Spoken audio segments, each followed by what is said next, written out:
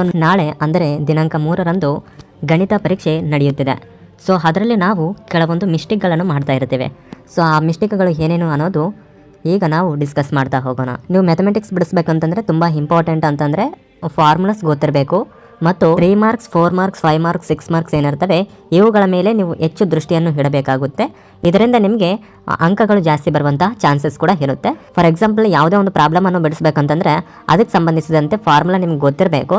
So ಫಾರ್ಮುಲಾಗೆ ಕೂಡ marks ಅನ್ನೋದು ಇರುತ್ತೆ.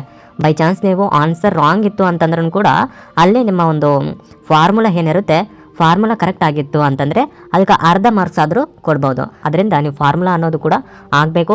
ಸ್ಟೆಪ್ ಬೈ ಸ್ಟೆಪ್ ಎಕ್ಸ್ಪ್ಲನೇಷನ್ ಅನ್ನೋದು ಕೂಡ ತುಂಬ ಇಂಪಾರ್ಟೆಂಟ್ ಆಗಿರುತ್ತೆ. ಪರೀಕ್ಷೆಯಲ್ಲಿ ಟೈಮ್ ಮ್ಯಾನೇಜ್ ಅನ್ನೋದು ತುಂಬ ಇಂಪಾರ್ಟೆಂಟ್ ಇರುತ್ತೆ. ಸೊ ಅದರಿಂದ 5 ಮಾರ್ಕ್ಸ್ಗೆ ನೀವು ಎಷ್ಟು ಸಮಯವನ್ನು ಕೊಡಬೇಕು, 4 ಮಾರ್ಕ್ಸ್ಗೆ ನೀವು ಎಷ್ಟು ಸಮಯವನ್ನು ಕೊಡಬೇಕು, 6 ಮಾರ್ಕ್ಸ್ಗೆ ನೀವು ಎಷ್ಟು ಸಮಯವನ್ನು ಕೊಡಬೇಕು, 1 ಮಾರ್ಕ್ಸ್ಗೆ ನೀವು ಎಷ್ಟು ಸಮಯವನ್ನು ಕೊಡಬೇಕು ಅನ್ನೋದು ನಿಮಗೆ ಮೊದಲೇ ತಿಳಿದಿರಬೇಕು. ಸೊ ಅದರಿಂದ ನೀವು ಒಂದು ಮಾಡೆಲ್ ಕ್ವಶನ್ ಪೇಪರನ್ನು ಒಂದು ಟೈಮ್ ಸೆಟ್ ಮಾಡಿಕೊಂಡು ಅದನ್ನು ಬಿಡಿಸಿದಾಗ ನಿಮಗೆ ಗೊತ್ತಾಗುತ್ತೆ.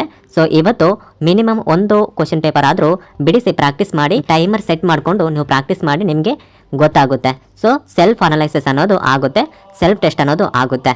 ತದನಂತರ ನೀವು ಯಾವುದೇ ಥರದಂಥ ಗೊಂದಲಕ್ಕೆ ಒಳಗಾಗಬೇಡಿ. ಯಾರ್ಯಾರು ಈ ಮ್ಯಾಥಮೆಟಿಕ್ಸನ್ನು ಬರಿತಾ ಇದ್ದೀರೋ ಅವರೆಲ್ಲರಿಗೂ ಕೂಡ ಆಲ್ ದ ಬೆಸ್ಟ್.